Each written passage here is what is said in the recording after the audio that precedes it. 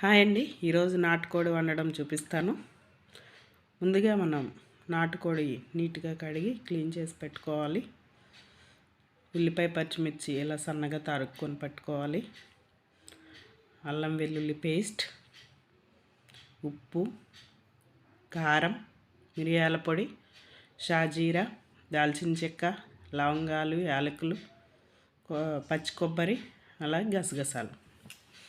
ముందుగా గసగసాలు, పచ్చి కొబ్బరి ముక్కలు, మసాలా దినుసులు అన్నీ వేసి మిక్సీ పెట్టుకోవాలండి. మెత్తని పేస్ట్ చేసుకోవాలి. ఈ విధంగా మెత్తగా మిక్సీ పెట్టుకోవాలి. ఇప్పుడు చికెన్ మ్యారినేట్ చేసుకుందాం. చికెన్లో రుచికి సరిపడా ఉప్పు, 3 స్పూన్ల కారం, అలాగే 1.5 స్పూను అల్లం వెల్లుల్లి పేస్టు,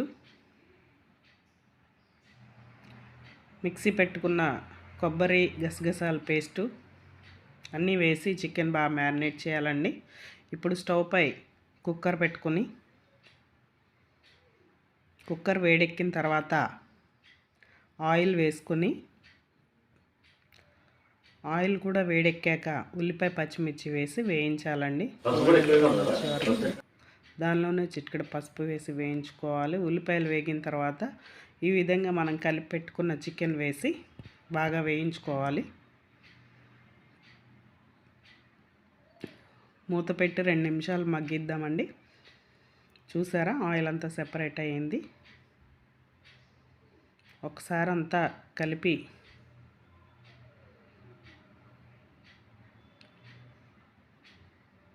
మూత పెడదాం.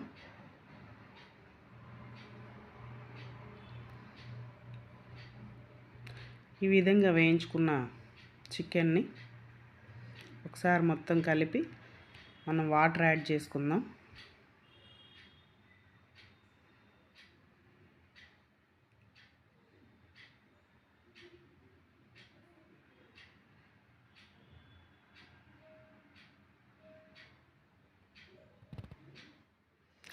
One and half spoon garam masala వేసి బాగా కలిపి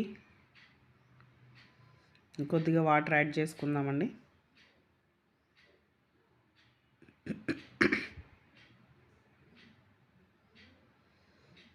ఇప్పుడు కుక్కర్కి విజిల్ పెట్టేద్దాం. నాటుకోడి కనుక కొద్దిగా ఎక్కువ విజిల్స్ వస్తాయండి.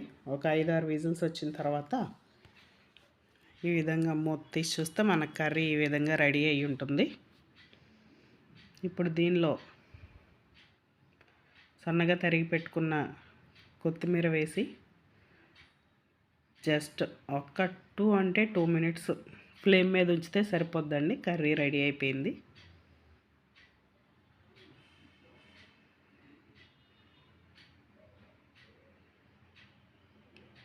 మళ్ళీ మూత పెట్టేస్తే ఆ ప్రెషర్కి సెట్ అయిపోద్ది కర్రీ. బౌల్లోకి తీసి సర్వ్ చేసుకోవడమే. ఇంతే అండి నాటుకోడి curry. Thank you for watching. Please share, like and subscribe my channel.